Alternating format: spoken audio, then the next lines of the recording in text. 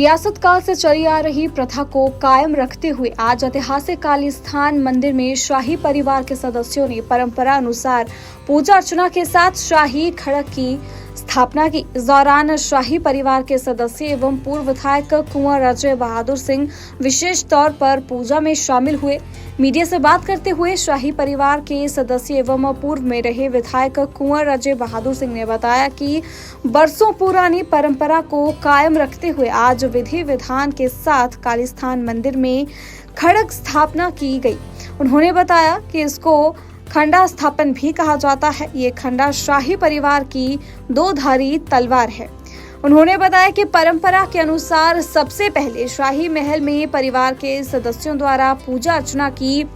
जिसके बाद जगन्नाथ मंदिर और अंत में कालीस्थान मंदिर में इसकी स्थापना की गई। उन्होंने बताया कि शरद नवरात्रि के पहले दिन यहाँ खड़क स्थापना की जाती है। 9 दिनों तक इसकी पूजा अर्चना की जाएगी और नवमी के दिन पहले इस तलवार से पशु बलि दी जाती थी, परंतु वर्तमान समय में नारियल की बलि देकर की तलवार वापस शाही महल लौटेगी। इस मौके पर उन्होंने शरद नवरात्रि की सभी शहरवासियों को शुभकामनाएं भी दी हैं। आप सभी को सबसे पहले तो नवरात्रि की मैं शुभकामनाएं देता हूं, पूरे देशवासियों को, प्रदेशवासियों को और ख़ास करके सिरमौर वासियों को कि और प्रार्थना है कि माँ दुर्गा हमारे पर अपना आशीर्वाद बनाए रखे और हमारे मुल्क में, हमारे प्रदेश में और हमारे इस प्रांत में, सिरमौर में शांति बनी रहे और सबका खुशहाली मिले। आज जो पूर्व राज परिवार था सिरमौर का, उन सब ने मिलकर के राजगुरु जी के आशीर्वाद से, नाथ जी की, और अपने जो राज पुरोहित थे और राज उपाध्याय थे, सब ने मिलकर एक बहुत पुरानी प्रथा थी जो चली हुई थी, उसका माँ दुर्गा के आशीर्वाद से उसे प्रचलित कर रखते हुए जो सदियों पुरानी है, आज कालीस्थान मंदिर में खड़क स्थापना की गई,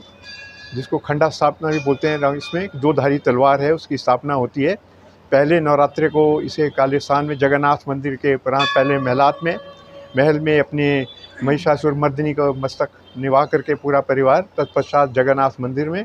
और फिर यहाँ इसकी स्थापना होती है विधिवत पूर्ण मंत्रोच्चारण के साथ। और पहले नवरात्रि से लेकर 9वीं तक इसकी यहाँ पूजा होगी, ये कालीस्थान में विराजमान होगी। और 9वीं के दिन सपरिवार जो परिवार आता है उनको ये वापस तलवार दी जाती है और बलि के प्रस्थान, पहले तो इसमें अपनी पशु बलि होती थी पर वो बंद हो गई है, तो नारियल काट करके ये राज परिवार के वापस दी जाती है। और इसे फिर आप सभी को सबसे पहले तो नवरात्रि की मैं शुभकामनाएं देता हूं,